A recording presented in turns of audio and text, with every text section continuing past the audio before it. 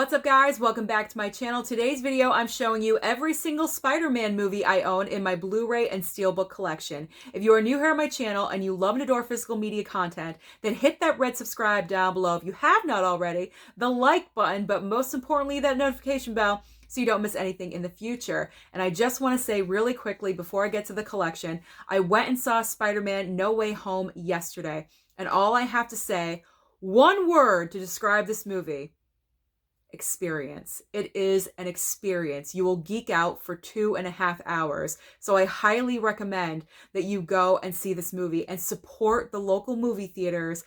This movie is going to make a lot of money come Sunday. So I'm looking forward to letting you know all about that on Weekend Watch. But let's get into what I have for Spider-Man in my collection. And of course, we have to start with the one that started it all, Mr. Tobey Maguire and his trilogy. Now, I have this book format.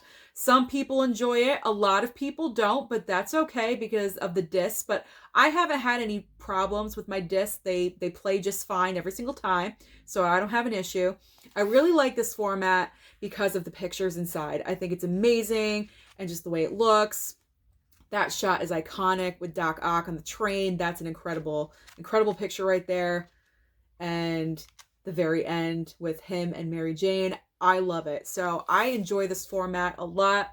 Spider-Man is a great movie, but I think for me, Spider-Man 2 edges it out just a little bit, probably because of the whole train sequence. That's just an awesome, everyone knows that sequence if you're a Spider-Man fan. And then there's Spider-Man 3. They tried to do too much in the soup, too many ingredients, and it just did not work out.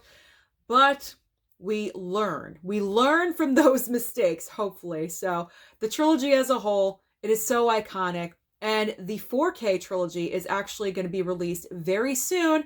So am I going to upgrade?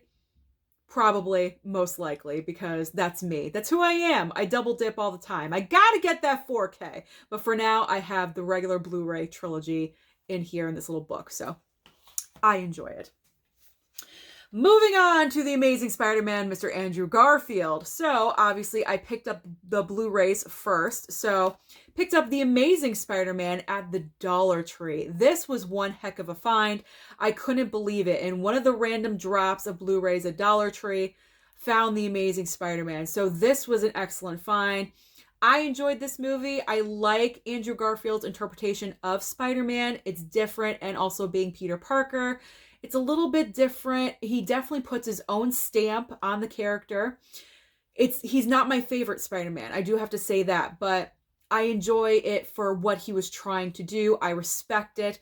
And the movie in general, it takes a while to get going, but once it does pay off. And the web slinging in this movie and the sequel are amazing. Hence the title. I do have to admit, the web slinging is pretty incredible in both of these movies.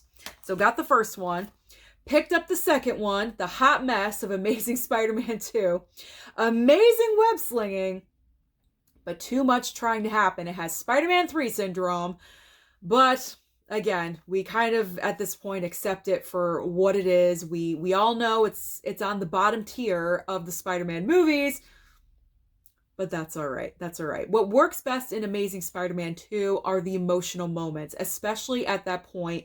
We all know what it is when he did not save Gwen Stacy. We all thought it was going to happen, that he would, but he did not. It stayed true to the comics, and she did indeed pass away. That was heart-wrenching. That was just devastating to watch. Everyone cried in that moment. And I picked this up at Big Lots for about $3 or $5. So amazing find for both of those. But then, of course, when the 4K comes out, you got to upgrade. So that's what I did. So I do also have the 4K version of The Amazing Spider-Man. This came in, I think, a few weeks ago. And again, like the original trilogy, it has the amazing pictures. Look at that. These are awesome. The amazing pictures. Incredible. It just looks fantastic. It just makes you want to look at that. Wow! It just makes you want to watch the movie again and again, even though it's not that great. So they did a fantastic job doing that one.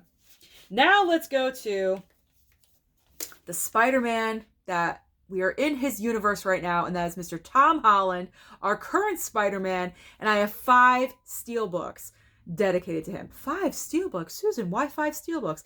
Double dipping! That's why. So we have SpiderMan Homecoming, and this steelbook is very special to me because if you have seen this on my channel before, you know the reason why. This is the very first steelbook I ever bought ever for myself. I didn't realize the hype. I was like, what's with steelbooks? What is a steelbook? I don't really understand. What's the big deal? Then I understood the big deal. I picked this one up at Best Buy for, I think, $14.99 on sale. And then the addiction began. It just went off the rails, and ever since then, it's Spider-Man's fault. It's all Spider-Man's fault that I'm addicted to steelbooks. So there is the front. There is the back with Vulture. Such a great looking steelbook. It's different. It's not like all the other ones, so I enjoy that. Then we have a different version of Spider-Man Homecoming with Iron Man on the front, which I think is really cool, focusing on a different angle of Spider-Man. And then again, on the back, he's wearing a different outfit, his homemade outfit with the Vulture. So that is pretty cool as well. Then we have Spider-Man Far From Home. Spider-Man Far From Home.